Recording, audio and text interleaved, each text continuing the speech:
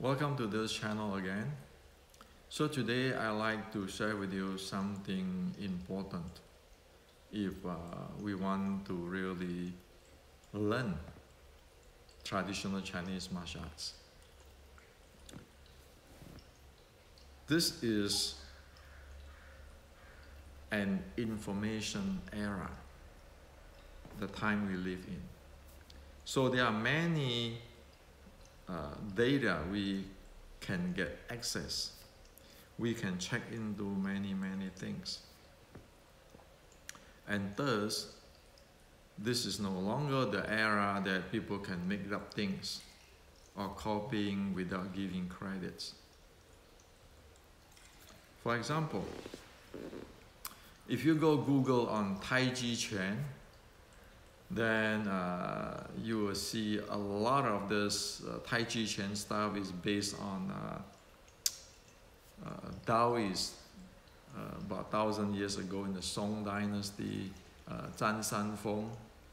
And then he have a dream, he learned his internal in the dream. And then when he wake up, he defeat hundreds of people and so forth. However, you know what happened? This is a copy of Chen Tai Chi classic. Now we know that Chen Tai Chi is the oldest Tai Chi among all other Tai Chi Chuan. Over in this classic, that is sections talking about the 13 momentum. Well, 13 momentum is not 13 posture or 13 stance as usually you can see people translate today. It is momentum. And you can look at this so-called 13 momentum. This 13 momentum, actually it is the 13 momentum combinations. It is not 13 type of momentum. It is 13 type of momentum combinations. You look inside there, you can see the content of chapter 14 of General Qi Ji Guang, as I already present in the Kung Fu 1560. Over here, say you have the probing horse, Tanma. Over here, you have Tanma. Over here. And you can see all those combination, momentum combinations. As over here, you see in General Qi Ji Guang describing the momentum combination. Now, even though everybody talk about Taoist and all this magic chi, magic power, in the classic, because we know this, General Qi Ji Guang, what his General Qi Ji Guang talk about, we know what is in this classic. Okay? So one thing we know, if the 13 momentum become 13 posture, 13 actually momentum combination become 13 posture. Now you know that thing is distorted. It's no longer what it is. No, at least it's no longer as what recorded in the book.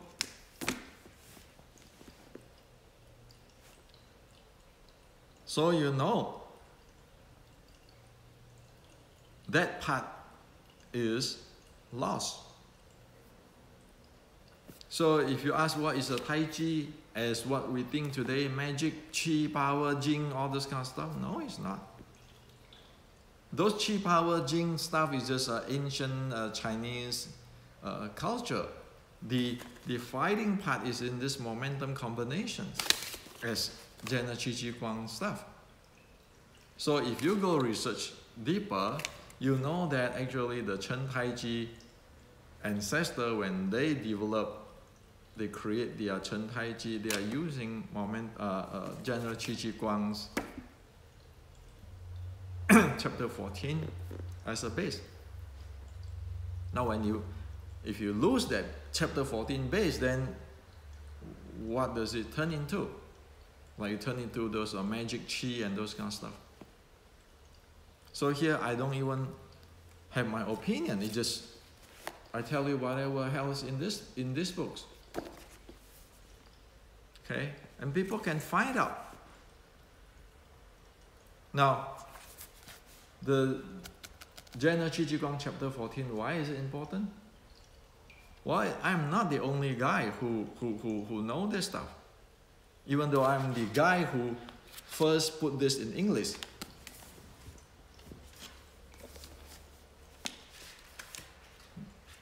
Like this praying mantis teacher. He wrote a book. So here, this book is the interpretations of Qi Ji Guang martial art doctrine, Quan Jing, with the School of Praying Mantis Boxing by Hong Chu Wong.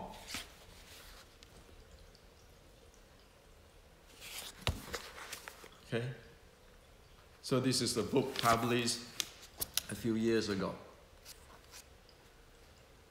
Okay, this is published 2018. So today we can check into things. That's why when I wrote the Resurrecting Wing Chun, inside the book you can see Qi Ji Guang, Shaolin, Mei, and White Crane is there. We need to keep this thing clean, not creating our own stuff. We know that in the past 100 years, many things has been created, and many things is not making any sense at all. Okay? So that's why the reason why I wrote this book. The Qi Ji Guang, so everybody can know what is going on. This is the bottom line of the bottom line. You talk about any martial art, you need to, as long as it's Chinese, legit martial art, you have to look at based on this thing, okay? To know that whether it is proper or not. The Wing Chun, we need to follow this thing.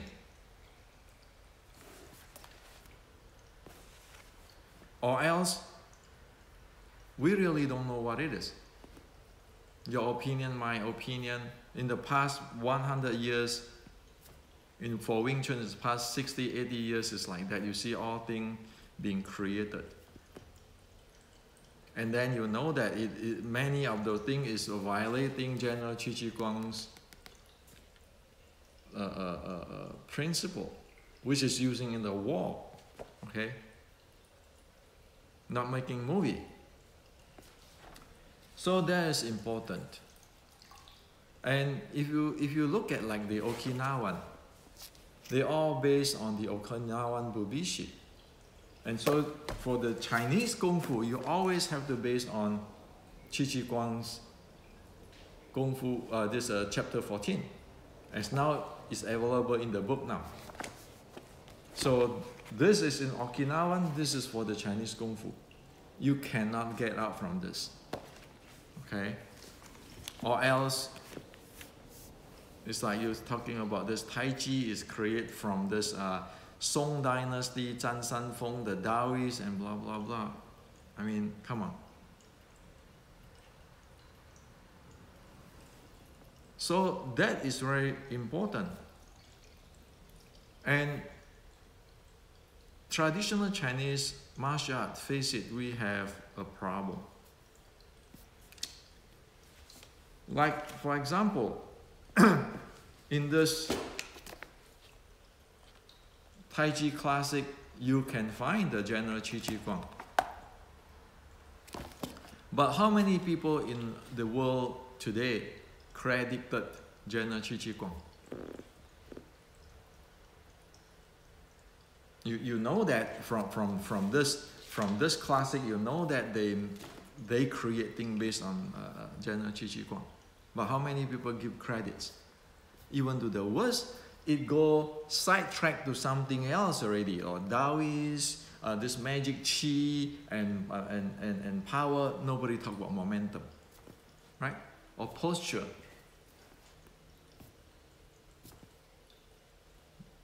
Now, how many people give credit to general Qi Qi Guang? That is always a problem in traditional Chinese martial arts. Same with even in my, in the Wing Chun, the 1850 Wing Chun. My Sifu Chong Choi, at his time, he have taught students, and some of the students took his stuff, he taught, change it, and then call it the ancient Wing Chun 1850, those kind of stuff. So my late Sifu Chong Choi get really pissed, because this is what he thought, and then somebody took it, and then with their creativity and actually ambitions. So the person who do that is actually really ambitions, want to be some kind of grandmaster. On another way is ignorance of what is the reality. Chinese do that. And for me, it happened to me for many things. Years ago, about 20-something years ago, I taught somebody in Southeast Asia. And right away, because of his ambitions, want to be the grandmaster, he created the entire thing, and then he turned back and called, like my teacher, Chong Choi, is not doing Wing Chun, but doing Choi Lei Fat, and so forth, so forth. And yet he's ignorant on what is going on in the content of the Wing Chun 1850s. So it is a mess. For me, the same. And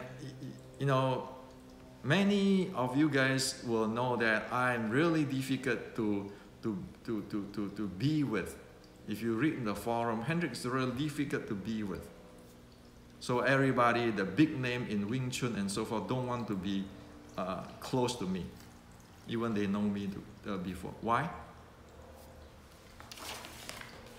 Because I stick with this thing. Today, there are still people who learn something like the 1850s Wing Chun, Xiu Lim Tao sets, and call it the ancient Xiu Lim Tao set, and selling it based on their speculation. Do they know what they are talking about? They don't. So it's the same thing with the student of my teacher, late Sifu Chong Choi student. Taking something, they know it or they don't know it, they change it to something, and then they sell this thing. Okay? Chinese being practiced, I'm not saying all Chinese, but there are many Chinese has been doing those kind of stuff. Of course, it is ignorance or ignorant plus the ambitions. When people learn something, they're always thinking, hey, if I go learn from you, Hendrik, I'll become the proprietary representative or this proprietary spokesman. Like they went to study with my Sifu, they want to be the proprietary spokesman, or the God's middleman. They are not really want to learn something clearly. And then because they are spokesmen, the proprietary spokesmen, or the middleman of the God, then Of course, money and fame and everything come. But you know what? You trash this thing. You trash this thing. Yet you see Okinawan don't do that. This is what it is. And so that right now in the West, we want to start with this book.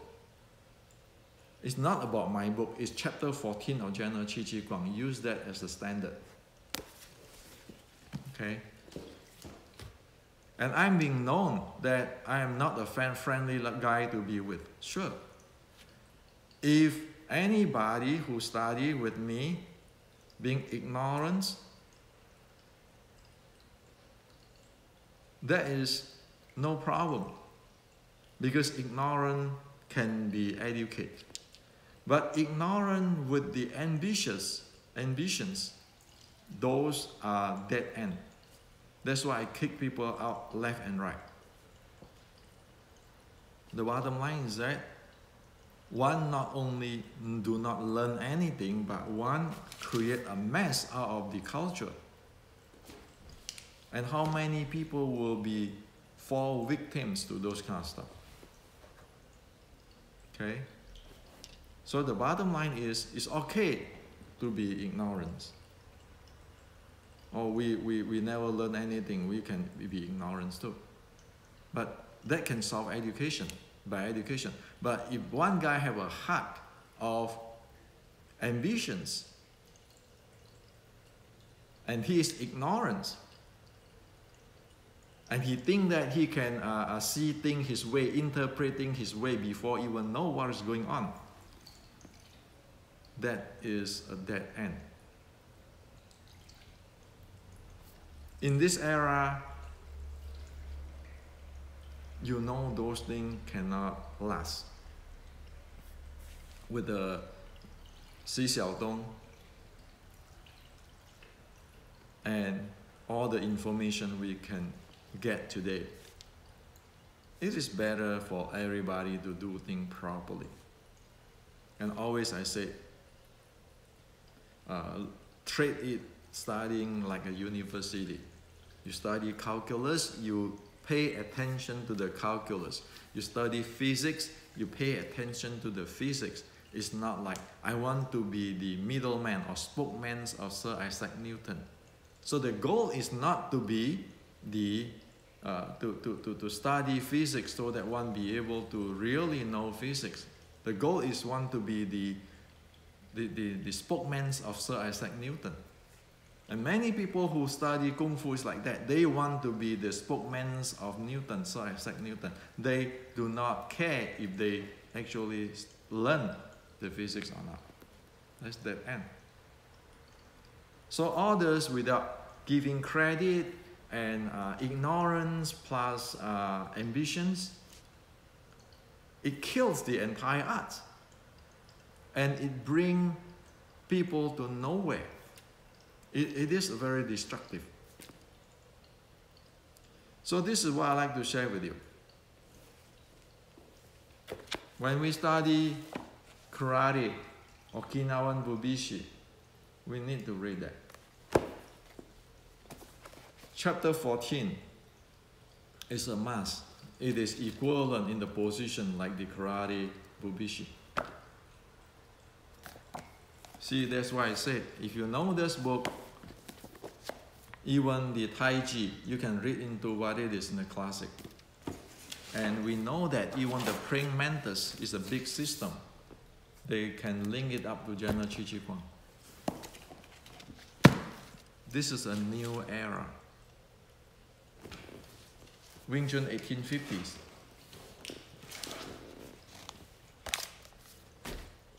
Okay?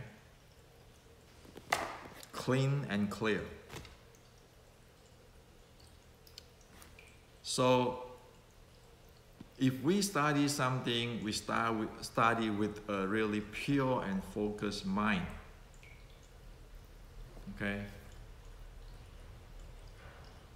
These days, I can spot if people like to be grandmaster, like to be my spokesman, or especially when people say they want to study with me and pass this art to other people. Why do I need you to do that? There's education here. Why do I need you to be my middleman? So many times I kick people out because I don't need middlemen. Because we need to put this into educations for this era to come. Without that, when people want to be middlemen, you know that it is up for their own, not for the art. If people really love the art, like love physics, they go study physics, they never care about thinking, I want to be Newton's middleman.